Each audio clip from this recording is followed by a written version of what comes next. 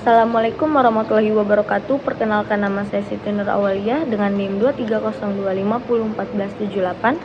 Saya mahasiswa aktif semester 3 Universitas Teknologi Muhammadiyah Jakarta. Di sini saya akan menjelaskan tentang proses initial public offering atau IPO perusahaan di Bursa Efek Indonesia.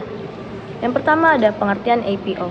IPO adalah initial public offering. Kata inisial berarti perdana, public artinya umum, dan offering artinya penawaran. Jadi, pengertian IPO adalah langkah strategis dalam memperoleh suntikan modal melalui penawaran saham secara terbuka kepada masyarakat atau biasa disebut dengan penawaran saham perdana. Perusahaan yang membuka akses penerbitan saham IPO kepada masyarakat disebut dengan go public. Artinya, saham telah bersifat publik, tidak lagi privat. Selanjutnya ada tujuan IPO. Yang pertama, mengembangkan perusahaan. Suatu perusahaan memiliki peluang yang lebih besar untuk berkembang jika modal mereka semakin meningkat. Yang kedua, meningkatkan citra perusahaan. Harga saham IPO adalah salah satu faktor yang mempengaruhi citra perusahaan. Ketika bisnis bisa berkembang dan menunjukkan tren positif, maka nilainya pun akan semakin meningkat. Yang ketiga ada memperoleh modal tambahan. Perusahaan yang ingin memperluas jangkauan bisnis, menciptakan produk baru, atau membuka cabang juga membutuhkan modal yang sangat besar. Selanjutnya ada syarat melakukan IPO. Yang pertama ada aset. Perusahaan yang ingin melakukan IPO harus memiliki besaran aset minimal senilai 100 miliar agar bisa masuk ke papan utama. Yang kedua ada struktur perusahaan. Selain memiliki aset bernilai tinggi, perusahaan juga harus memiliki struktur organisasi yang jelas dan memiliki jajaran direksi berkompetensi baik. Yang terakhir ada laporan keuangan.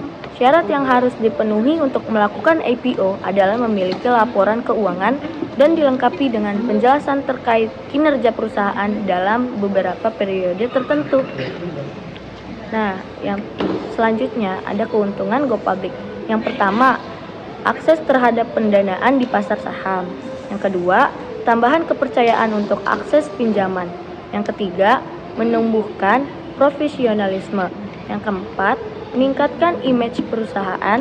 Yang kelima, likuiditas dan kemungkinan divestasi bagi pemegang saham pendiri yang menguntungkan. Yang keenam, menumbuhkan loyalitas karyawan perusahaan. Yang ketujuh, meningkatkan nilai perusahaan atau company value. Dan yang terakhir, ada kemampuan untuk mempertahankan kelangsungan hidup. Nah, selanjutnya ada konsekuensi go public. Yang pertama ada berbagi kepemilikan.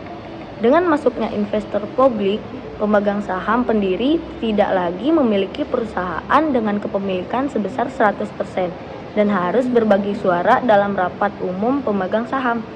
Yang kedua ada kewajiban mematuhi peraturan pasar modal yang berlaku.